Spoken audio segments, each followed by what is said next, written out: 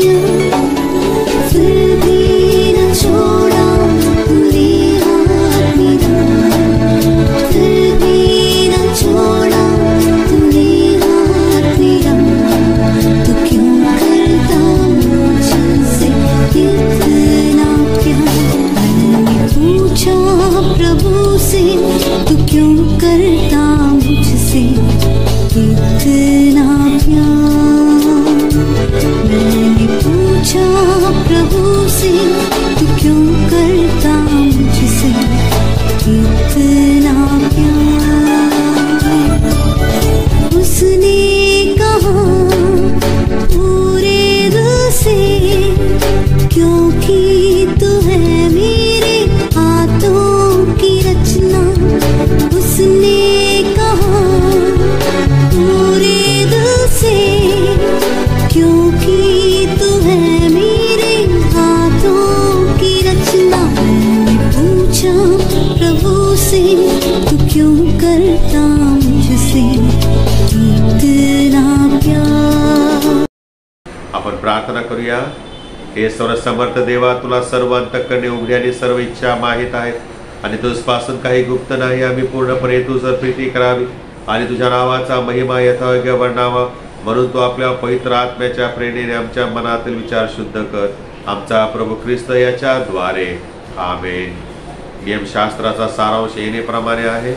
आपला प्रभू श्री ख्रिस्त म्हणाला, हे इस्रायल आहे, आपला देव परमेश्वर अनन्य परमेश्वर आहे आणि तो आपला देव परमेश्वर आज संपूर्ण अंतःकरणाने, संपूर्ण जीवाने, संपूर्ण मनाने व संपूर्ण शक्तीने प्रीती कर।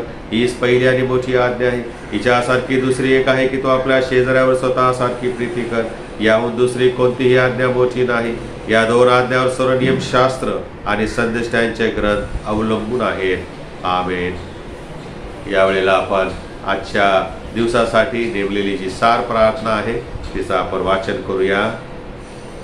हे देवा, प्रीती नसल्यास आमच्या कोणत्याही कृतीला तुझ्या दृष्टीने मोल नाही। म्हणून हे प्रभो, सर्व सद्गुणांची जननी असणारी तुझी सर्वोत्कृष्ट देणगी प्रीती तुझ्या पवित्र आत्म्याद्वारे तू आम्हाला दे। आम्ही तुझा पुत्र येशू ख्रिस्ताचे शिष्य आहोत हे त्या प्रीतीमुळे लोकांना कळू दे। तुझ्यासह आणि पवित्र आत्म्यासह असणारा आणि सर्व काळ राज्य करणारा एकमेव देव आमचा प्रभू श्री ख्रिस्त याच्याद्वारे आमेन। आजच्या मननासाठी जे शास्त्रपाठ घेतलेले आहेत त्याचं यावेळेस वाचन करण्यात येईल आणि ते शास्त्रपाठ तुमच्या स्क्रीनवरती यावेळेस आम्ही दाखवत आहोत। आणि आपणास विनंती आहे की उपदेश ऐकण्या अगोदर कृपया हे शास्त्रपाठ आपण वाचावे। स्तोत्र संहिता 145। पहिला शास्त्रपाठ प्रेषितांची कृत्य त्याचा 9वा अध्याय आणि 22 ते 31 ही वचने। प्रेषितांची कृत्य 9वा अध्याय 22 ते 31। दुसरा शास्त्रपाठ योहानाने लिहिलेलं पहिलं पत्र याचा 4था अध्याय आणि 7 ते 16 ही वचने आहेत। योहानाने लिहिलेले पहिलं पत्र 4था अध्याय 7व्या वचनापासून ते 16व्या वचनापर्यंत। यावेळेस आपण शुभवर्तमानाचं वाचन करणार आहोत। प्रभू तुम्हास असो। शुभवर्तमान संत योहान यांनी लिहिलेल्या शुभवर्तमानातील 13व्या अध्यायात शुभवर्तमान लिहिले आहे आणि त्याच्या 31व्या वचनापासून शुभवर्तमानास प्रारंभ होतो। तो बाहेर गेल्यावर येशूने म्हटले, आता मनुष्याच्या पुत्राचे गौरव झाले आहे आणि त्याच्या ठाई देवाचे गौरव झाले आहे। देव आपल्या ठाई त्याचे गौरव करेल, तो त्याचे लवकर गौरव करेल। मुलांनो, मी अजून थोडा वेळ तुम्हा बरोबर आहे। तुम्ही माझा शोध कराल आणि जसे मी यहूद्यांना सांगितले की जेथे मी जातो तेथे तुम्हाला येता येणार नाही, तसे तुम्हासही आता सांगतो। मी तुम्हास नवी आज्ञा देतो की तुम्ही एकमेकावर प्रीती करावी। जशी मी तुम्हावर प्रीती केली तशी तुम्हीही एकमेकावर प्रीती करावी। तुमची एकमेकावर प्रीती असली म्हणजे त्यावरून सर्व ओळखतील की तुम्ही माझे शिष्य आहात। यावेळेला आपण प्रेषिताचा मतांगीकार एकत्र म्हणूया। सर्वसमर्थ एकच देव जो पिता, आकाश व पृथ्वी आणि सर्व दृश्य व अदृश्य वस्तूंचं उत्पन्न करणारा, त्याविषयी मी विश्वास धरितो आणि एकच प्रभू येशू ख्रिस्त, तो देवाचा एक पुत्र, तो सर्व युगापूर्वी आपल्या पित्यापासून जनित झाला। देवापासून देव, प्रकाशापासून प्रकाश, खऱ्या देवापासून खरा देव, तो जनित आहे, कृत नाही, जो पित्याच्या तत्वाचा आहे, ज्याकडून उभे झाले, सर्व मनुष्यासाठी व आमच्या ताळण्यासाठी स्वर्गातून उतरला आणि पवित्र आत्म्याच्या योगाने कुमारी मरियाईपासून देह धारून मनुष्य झाला आणि पंत पिलाताच्या वेळेस आम्हासाठी ज्याला खुशी दिले, ज्याने दुःख भोगले व ज्याला पुरले, तो शास्त्रलेखाप्रमाणे तिसऱ्या दिवशी पुन्हा उठला आणि स्वर्गात चढला आणि पित्याच्या उजवीकडे बसला आहे आणि जो जिवंतांचा मेलेल्यांचा न्याय करायला गौरव आणि पुन्हा येणार आहे, त्याच्या राज्याचा अंत होणार नाही, त्याविषयी मी विश्वास धरितो. आणि पवित्र आत्मा जो प्रभू जीवनदाता पिता पुत्र यापासून जो निघतो आणि पिता पुत्र यासह ज्याची आराधना व गौरव होते, जो भविष्यवाद्यापासून बोलत असे, त्याविषयी मी विश्वास धरितो. आणि एक पवित्र कॅथलिक व पेशीची एकलेसीविषयी मी विश्वास धरितो. पापांच्या क्षमेसाठी एक बाप्तिस्मा यास मी पत्करितो. आणि मेलेल्यांचे पुनरुत्थान व परलोकीचे जीवन यांची मी प्रतीक्षा करीतो. आमेन. आपण प्रार्थना करूया. स्वर्गीय प्रभू, आम्ही स्तुती करीतो, धन्यवाद देतो पुन्हा एक बार. तू आमचा महान प्रभू आहेस, तू आमच्यावर प्रीती करतोस आणि म्हणूनच प्रभुदेवप्पा आम्ही इतरांच्यावर प्रीती करावी ही तुझी इच्छा आहे. जेव्हा आम्ही प्रभुदेवप्पा तुझ्या म्हणण्याप्रमाणे वागतो त्यावेळेला आम्ही तुला ओळखू शकतो. याचं महत्त्व आज आम्ही ऐकत असताना त्याप्रमाणे राहण्यासाठी वागण्यासाठी तू आम्हाला कृपा करेल. बोलत असताना मला हे तू शब्द दे, येशूच्या नावाने. आमेन. आजचा जो विषय आहे तो देव प्रीती आहे आणि आपण इतरांवर प्रेम करून देवाला ओळखू शकतो. कसं ते आपल्याला या वाचलेल्या शास्त्रपाठामध्ये पाहायला मिळतं. शुभवर्तमानामध्ये जो परिच्छेद मी वाचला आपल्यासाठी, योहानाचं शुभवर्तमान याचा 13वा अध्याय आणि 31 ते 35 या वचनामध्ये ते वाचत असताना असं वाटतं की प्रभू येशू ख्रिस्ताला आता समजलं होतं की त्याचा अंतसमय जवळ आलेला आहे आणि तो आता लवकरच जगाचा निरोप घेणार आहे. आणि म्हणून त्याने त्याच्या शिष्यांना जाता जाता त्याच्या सेवेचा जो उद्देश होता, जे मर्म होतं, ते पुन्हा एक वार सांगण्याचा त्याने निश्चय केला. आणि म्हणून निस्वार्थी प्रेम करा ही त्याने शिकवण त्याच्या शिष्यांना आणि त्याच्या शिष्यांच्या द्वारे आजच्या आपल्या मंडळीला त्याने दिलेली आहे. आणि येशूला माहीत होतं की आता तो एका अविस्मरणीय अशा प्रवासाला जाणार आहे की ज्या प्रवासामध्ये त्याच्यासोबत कोणी असणार नाही. आणि म्हणूनच त्याने एकदा आपल्या शिष्यांना म्हटलं की मी जो प्याला पिणार आहे तो तुमच्याने पिववेल काय, मी जो बाप्तिस्मा घेणार आहे तो तुम्हाला तुमच्याने घेववेल काय. ठीक आहे. म्हणजे तो अशा प्रवासाला निघाला होता की ज्या ठिकाणी त्याला एकट्यालाच जाणं भाग होतं, दुसरे येऊ शकत नव्हते, कारण देवाची तशी योजना नव्हती. प्रभू येशू ख्रिस्त हा निर्दोष, निष्कलंक, निष्पाप असा होता आणि निष्पाप मनुष्याचं रक्त आम्हाला आमच्या पापांपासून सुटका देऊ शकतं, आमच्या पातकांची क्षमा करू शकतं. आणि म्हणूनच असा कोणीच नाही, फक्त येशूच या जगामध्ये होता आणि त्या कारणास्तव फक्त येशूच आमच्या पापांची क्षमा तो त्याच्या रक्ताने करू शकत होता. आणि म्हणून अशा या अविस्मरणीय प्रवासाला निघालेला असताना त्याने जाता जाता आपल्या शिष्यांना ही मोलाची शिकवण दिलेली आहे. कालावधी आता थोडा आहे, लवकरच त्याला धरून दिले जाणार आहे आणि म्हणून त्याने आपल्या शिष्यांना ही शिकवण दिलेली आहे. या परिच्छेदामधील महत्वाचं वचन आहे ते 34 आहे. मी तुमच्यासाठी वाचून दाखवतो. मी तुम्हास नवी आज्ञा देतो, असं येशू ख्रिस्त आपल्या शिष्यांना म्हणाला की तुम्ही एकमेकावर प्रीती करावी. जशी मी तुम्हावर प्रीती केली तशी तुम्हीही एकमेकावर प्रीती करावी. येशूच्या सेवेचं मर्म प्रीती करणे हेच होतं प्रियानो. आणि म्हणून योहानाचं शुभवर्तमान 3 अध्याय 16 वचनामध्ये आम्ही वाचतो की देवाने जगावर एवढी प्रीती केली, केवढी केली की त्याने आपला एकुलता एक पुत्र दिला, यासाठी की जो कोणी त्याच्यावर विश्वास ठेवतो त्याचा नाश होऊ नये तर त्याला सार्वकालिक जीवन मिळावं. परमेश्वराने आमच्यावर एवढी प्रीती केली की त्याने त्याचा एकुलता एक पुत्र देऊन टाकला.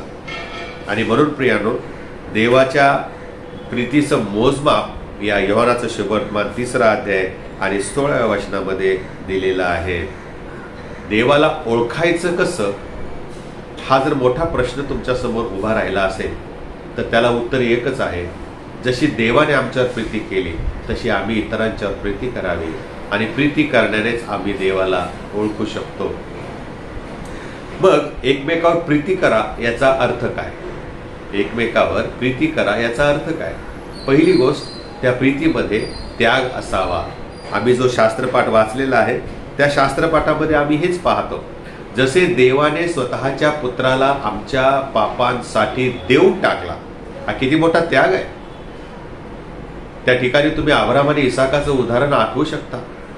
त्या अब्राहमाने देखील परमेश्वरासाठी स्वतःचा एकुलता एक पुत्र जो उतार वयामध्ये त्याला आणि साराला झाला होता, त्या एकुलत्या एका पुत्राला पुढे मुलं होतील की नाही शंका आहे, आणि म्हणून त्या एकुलत्या पुत्राला देखील परमेश्वरासाठी अर्पण करण्याकरिता अब्राहमाने मागे पुढे पाहिलं नाही. एवढा मोठा त्याग त्याने केलेला जेव्हा देवाने पाहिला, तेव्हा देवाला त्याची दया आली, करुणा आली आणि अभिमान पण वाटला त्याच्या विश्वासाबद्दल. आणि देवाने त्याच्या पुत्राच्या जागी, इसहाकाच्या जागी त्या रानामध्ये एडका दिलेला आहे. त्या झाडाझुडपांच्या मध्ये एडका अडकलेला अब्रामाला दिसला आणि त्याने आपल्या पुत्राच्या ऐवजी त्या एडक्याला त्या वेदीवरती अर्पण केलेला आहे. एवढा मोठा त्याग अब्राम करू लागला होता, अब्राम करायला तयार होता. आणि तसा त्याग देवाने देखील केलेला आहे. आणि अब्रामाची प्रतिकृती, अब्राम हा देवाची जणू प्रतिकृतीच होता.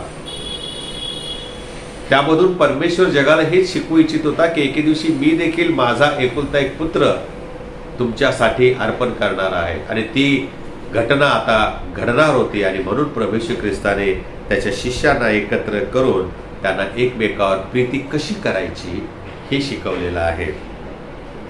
आम्ही आमच्या जीवनामध्ये प्रियानो, आमचे नाते संबंध असतात, आमची मित्र मंडळी असते, परंतु या नात्यांचा, या मैत्रीचा आम्ही गैरफायदा घेऊ नये, किंवा यामागे नाते टिकवून ठेवण्यामागे किंवा मैत्री ठेवण्यामध्ये आमचा काही फायदा आम्ही बघू नये, असं परमेश्वर आम्हाला शिकवत आहे.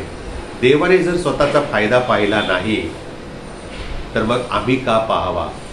आणि म्हणून असं लिहिलेलं आहे, जशी ख्रिस्ताने तुमच्यावर प्रीती केली, बघा, जशी मी तुम्हावर प्रीती केली तशी तुम्हीही एकमेकावर प्रीती करा. प्रभू येशू ख्रिस्ताने स्वतःच्या फायद्यासाठी आमच्यावर प्रीती कधीच केली नाही. त्याने स्वतःचं अर्पण केलेलं आहे, स्वतःचा देह त्या ठिकाणी वधस्तंभावर खेळलेला आहे, स्वतःचं रक्त त्या वधस्तंभावर त्याने सांडलेलं आहे. आणि म्हणून तो म्हणतो की जशी मी तुम्हावर प्रीती केली, माझा प्राण अर्पण केला, एवढं मी तुमच्यावर प्रीती केली, तशी तुम्ही एकमेकावर प्रीती करा. आम्ही आज स्वतःला खूप सांभाळतो. दुसऱ्याचं काय झालं याची आम्हाला काही पर्वा नसते. आम्ही आमच्या कुटुंबासाठी, आम्ही आमच्या मंडळीसाठीच फक्त प्रार्थना करू इच्छितो. पण बाकीचे जे देवाचे लोक आहेत, बाकीचे जे देवाच्या मंडळीमध्ये लोक आहेत, त्यांच्यासाठी आम्ही प्रार्थना कधी करणार? त्यांचं ओझं आम्ही कधी वाहणार?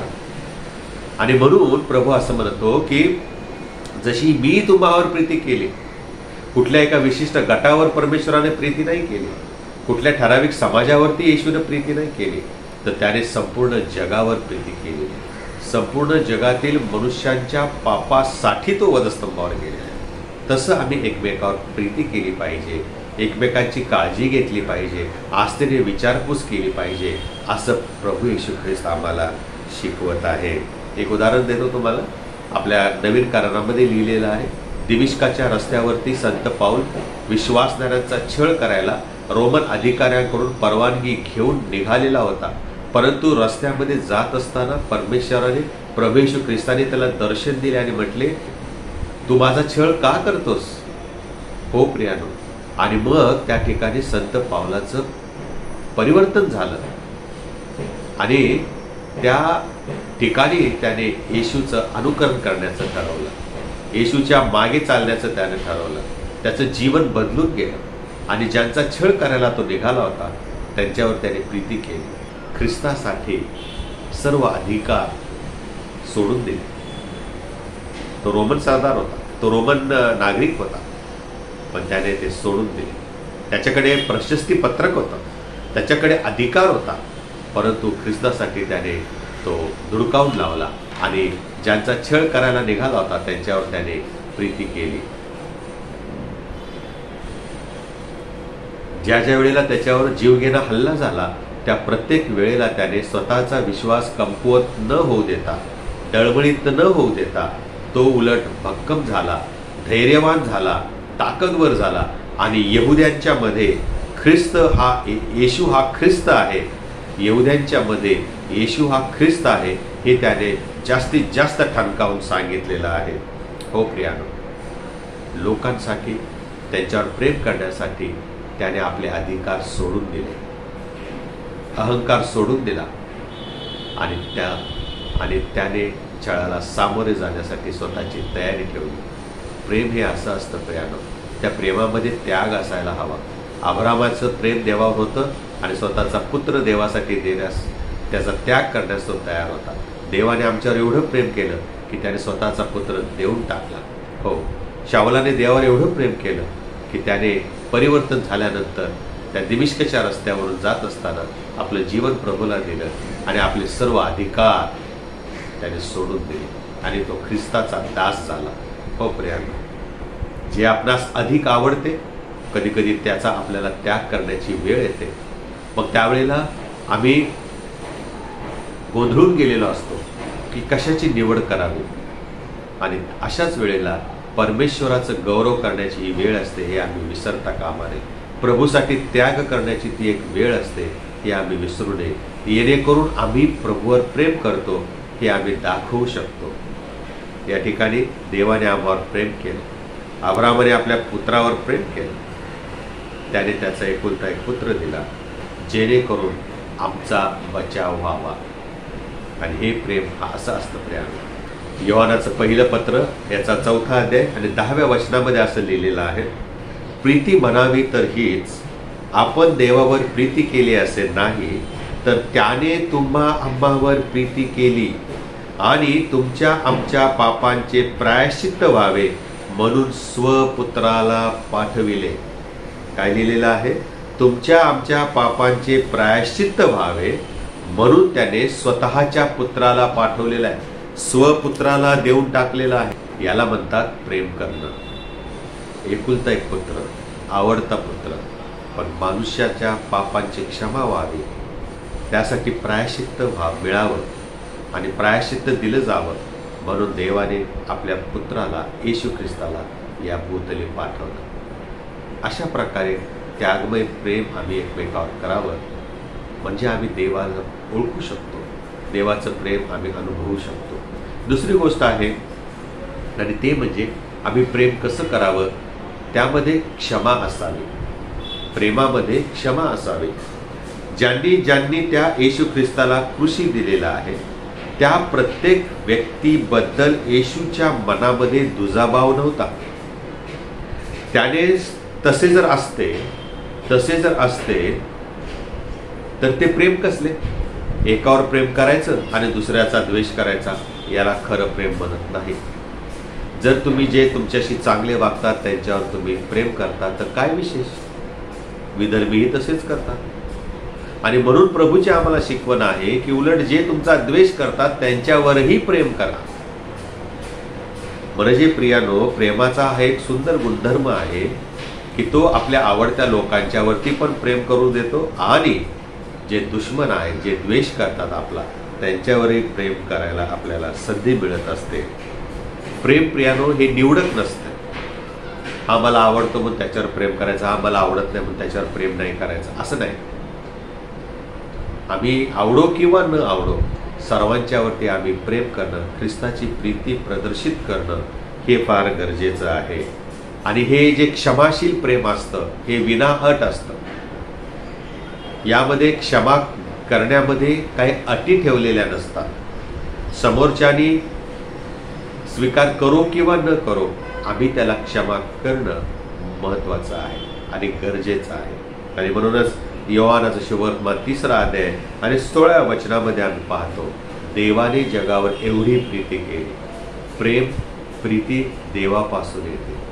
हो प्रियानो, आम्ही ज्या वेळेला इतरांच्यावर प्रेम करतो याचा अर्थ असा की आम्ही देवापासून जन्मलेले आहोत. हेच तर आम्ही शास्त्रामध्ये वाचलेलं आहे. आणि जे देवापासून जन्मलेले आहेत ते देवाला ओळखतात. पहा बरं, योहानाचं पहिलं पत्र 4था अध्याय आणि 7व्या वचनामध्ये, प्रियजन हो, आपण एकमेकावर प्रीती करावी कारण प्रीती देवापासून आहे. जो कोणी प्रीती करतो तो देवापासून जन्मलेला आहे आणि तो देवाला ओळखतो. जो इतरांच्यावर प्रीती करतो तो देवापासून जन्मलेला आहे आणि तो देवाला ओळखतो. आता विचार करण्यासारखी गोष्ट आहे. मी माझ्या घरातल्यांच्याचवर, माझ्या नातेवाईकांच्यावरतीच, माझ्या मित्रमंडळीवरतीच, माझ्याच चर्चमधल्या लोकांच्यावरती प्रेम करतो का? आणि बाकीचे जे आहेत त्यांच्यावरती मी प्रेम करत नाही, असं जर असेल तर आम्ही इथेच थांबलं पाहिजे. आम्ही चुकीच्या मार्गावरून चालत आहे. पवित्र शास्त्राच्या शिकवणीच्या विरोधामध्ये आम्ही वागत आहोत. देवाच्या शिकवणीच्या विरोधामध्ये आम्ही चालत आहोत. देवाच्या इच्छेविरुद्ध आमचं जीवनक्रम आहे. आम्ही परत देवाकडे फिरणं गरजेचं आहे आणि देवाच्या शिकवणीप्रमाणे आता आपण इथून पुढे चालूया. आपण ही देवाची शिकवण आमच्या जीवनामध्ये राबवूया, वठवूया. आणि ते करण्यासाठी आम्हाला आमचं मन वळवायचं आहे. आमच्या मनाची तयारी करायची आहे. जशी ख्रिस्ताने आमच्यावर प्रीती केली. आम्ही काही चांगले होतो म्हणून प्रीती केली असं नाही. आम्ही भरंग पातकी होतो. नाश हा आमचा प्रतिफळ होता, पण तरी देखील ख्रिस्ताने आमच्यावर प्रीती केली, आम्हाला क्षमा केली. आणि म्हणून प्रभू आम्हाला हे शिकवतो की जशी देवाने ख्रिस्तामध्ये आमच्यावर प्रीती केली तशी आम्ही इतरांच्यावर प्रीती करावी. त्यात स्वार्थ नाही, त्यात जात पात धर्म कसलंही बंधन नाही, आवडता ना आवडता असं काही नाही, अट त्याच्यामध्ये अजिबात नाही. आणि निस्वार्थी प्रेम, क्षमाशील प्रेम, त्यागमय प्रेम आम्ही करावं, म्हणजे आम्ही देवाला ओळखू शकतो. नाहीतर देवाबद्दल खूप माहिती आहे आम्हाला, आणि म्हणून ही वेळ आम्ही दौडू नये अशी प्रभूची इच्छा आहे. तिसरा गुणधर्म आहे आम्ही प्रेम कसं करावं, आम्ही ख्रिस्ताची प्रीती इतरांच्यावर कशी करावी. तर तिसरं जे गुणधर्म आहे तो हे की आम्ही जेव्हा इतरांच्यावर प्रेम करतो त्या प्रेम करणाऱ्या व्यक्तीला आम्ही सबळ करतो. आणि म्हणजे आम्ही इतरांच्यावर प्रेम करण्यामागे त्याचं सबलीकरण करणं हा आमचा उद्देश असायला हवा. जर प्रेम करून त्याचा घात करण्याचा विचार असेल तर ती दुष्ट शक्ती आहे, ती दुष्ट योजना आहे, ते सैतानापासून आहे. देव असं कधीच करू देत नाही आणि स्वतःही करत नाही. आणि म्हणून प्रेषितांच्या कृत्यामध्ये आपण पाहिलेलं आहे की पावलाचे येशूवरील प्रेम पाहून त्याने ज्या ठिकाणी सेवा केली, ज्या लोकांना सुवार्ता सांगितली, त्या लोकांनी देखील संत पावलावर तेवढंच प्रेम केलेलं आहे. आणि म्हणून ज्या वेळेला यहुदी लोक पावलाला मारण्यासाठी, जीवे मारण्यासाठी टपले होते, त्याच्या मागे लागले होते, त्यावेळेला याच विश्वासणाऱ्यांनी त्या पावलाला दिमिश्काच्या बाहेर नेऊन सोडलेला आहे, त्याचा बचाव केलेला आहे. बघा, याला म्हणतात प्रेम. पावलाने त्या लोकांच्यावर विश्वासणाऱ्यांवर एवढं प्रेम केलं होतं की त्यांना विश्वासामध्ये सबळ केलं. आणि त्यामुळे जेव्हा संत पावलावरच्या जीवावरती हा प्रसंग आला त्यावेळेला या लोकांनी त्याचा बचाव केलेला आहे. असं का झालं? पावलाने त्या लोकांच्यावर प्रेम केलं, ख्रिस्ताची प्रीती दाखवली होती, ख्रिस्ताचं प्रेम केलं होतं. आणि म्हणून त्यांनी देखील संत पावलावर ख्रिस्ताचंच प्रेम केलं, ख्रिस्तासारखी प्रीती केलेली आहे. त्या सर्वांनी, याचा अर्थ असा होतो की त्या सर्वांनी देवाला ओळखले होते. प्रीती करण्यानेच आम्ही देवाला ओळखू शकतो, बाकी काय नाही. आणि म्हणून ह्या लोकांनी एकमेकावर प्रीती केली आणि त्यांनी देवाला ओळखलं. आणि त्यामुळे देवाची प्रीती कशी असते त्याप्रमाणे ते राहू लागले, वागू लागलेले आहेत. एकमेकांना सबळ करणे, सामाजिक आणि आध्यात्मिक दृष्टिकोनातून त्यांना मजबूत करणे, हे आमचं प्रेम करण्यामागे उद्देश असावा. आणि हे प्रेमाचं कार्य असतं. हे ख्रिस्ताच्या प्रीतीचा गुणधर्म आहे. देवाने आमच्यावर प्रेम करून आम्हाला सबल केलेलं आहे. आम्ही हतबल झालेलो होतो, पण प्रभूने आमच्यावर प्रेम करून आम्हाला सशक्त केलेले आहे. प्रभूने आम्हाला शक्ती दिलेली आहे, विश्वासामध्ये दृढ असं उभं केलेलं आहे. आणि म्हणून प्रेमाचा उद्देश हा स्वतःची प्रगती करण्यासाठी कधीच असू नये. प्रेमाचा उद्देश स्वतःचा फायदा कुठं निघेल हे पाहण्यामध्ये नसतो. तर प्रेम हे स्वतःचा त्याग करून, स्वतःचं नुकसान होऊ देऊन इतरांचं सबलीकरण करणं, इतरांचा फायदा करणं हेच पाहत असतं. आणि यालाच म्हणतात खरं प्रेम. आणि हे जिथे नसेल ते प्रेम खोटं आहे. प्रियानो, पहा बरं शास्त्र काय म्हणतं. योहानाचं पहिलं पत्र 4 अध्याय 11, 12 आणि 15 वचनामध्ये, प्रियजन हो, जर देवाने आपल्यावर अशा प्रकारे प्रीती केली तर आपणही एकमेकावर प्रीती केली पाहिजे. देवाला कधी कोणी पाहिले नाही. लक्षात घ्या, देवाला कधी कोणी पाहिले नाही. आपण एकमेकावर प्रीती करतो तर देव आमच्या ठायी राहतो आणि त्याची प्रीती आपल्या ठायी पूर्ण होते. पण आपण त्यामध्ये व तो आपल्यामध्ये राहतो. किती छान आहे.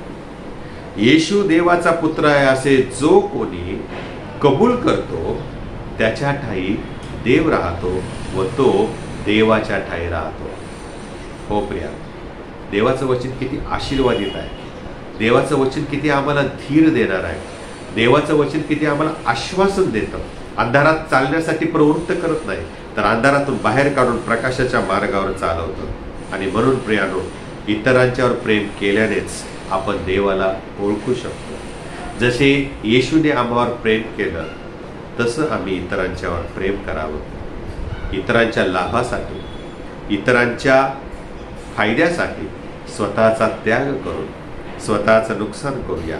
आणि ही देवाची इच्छा आहे. ही देवाची इच्छा. आणि म्हणून येशूने असे म्हटले, योहानाचं शुभवर्तमान 13वा अध्याय आणि 35व्या वचनामध्ये, तुमची एकमेकावर प्रीती असली म्हणजे त्यावरून सर्व ओळखतील की तुम्ही माझे शिष्य आहात. आम्ही स्वतःवर प्रेम करतो, स्वतःची खूप काळजी घेतो, हजारो रुपये ह्याच्यामध्ये खर्च करतो, परंतु इतरांच्यावरती आम्ही प्रेम करत नाही, प्रीती करत नाही. का बरं? आणि येशूने आम्हाला अशी प्रीती त्याच्यासारखी इतरांच्यावर करायला का शिकवलं बरं? त्याचा उद्देश काय आहे? जेव्हा आम्ही ख्रिस्तासारखी प्रीती दुसऱ्यांच्यावर करतो त्यावेळेला लोकांना कळतं की आम्ही येशूचे शिष्य आहोत. आम्ही येशूचे शिष्य आहोत. पाट्या लावून, लेबल लावून, गळ्यात क्रॉस घालून आम्ही येशूचे शिष्य आहोत हे पटवता येत नाही. हिंदी चित्रपटामध्ये डाकू, सराईत जे डाकू असतात त्यांच्या गळ्यामध्ये क्रॉस असतो त्या चेनमध्ये. म्हणून का ते येशूचे शिष्य झाले का?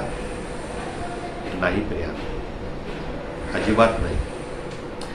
येशूचं शिष्य म्हणून जर आम्हाला या जगामध्ये साक्ष पटवून द्यायचे असेल तर आम्ही इतरांच्यावर प्रेम करणं. आणि ते कसं? त्याग करून स्वतःचा, इतरांची क्षमा करणं, आपल्या विरोधामध्ये चूक केलेल्या लोकांची क्षमा करणं आणि त्या प्रेमामध्ये, त्या प्रेमाच्या द्वारे त्यांचं सबलीकरण करणं.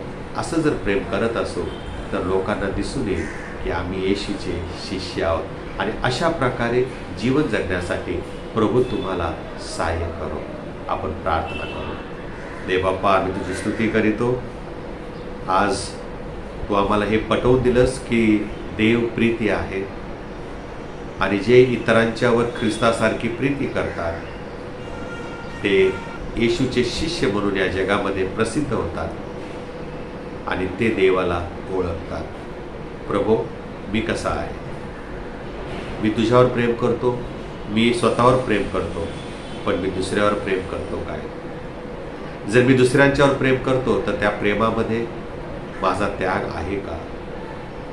मी त्यांना क्षमा करतो का? आणि मी त्यांना सबळ करतो का? प्रभो, जर नसेल तर हे खोटं प्रेम आहे, त्यात धोका आहे.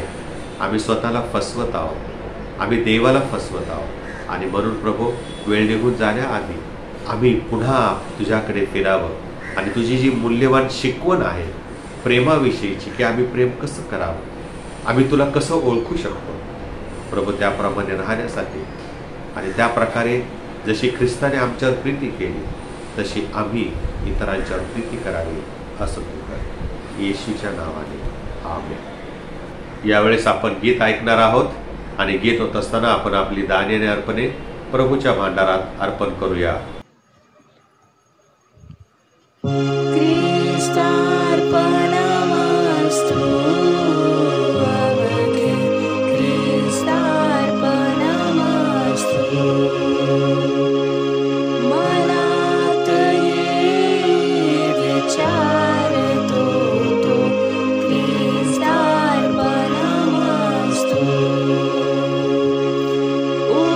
उच्चाराचा प्रवाह सगळा ख्रिस्तार्पणमस्तु.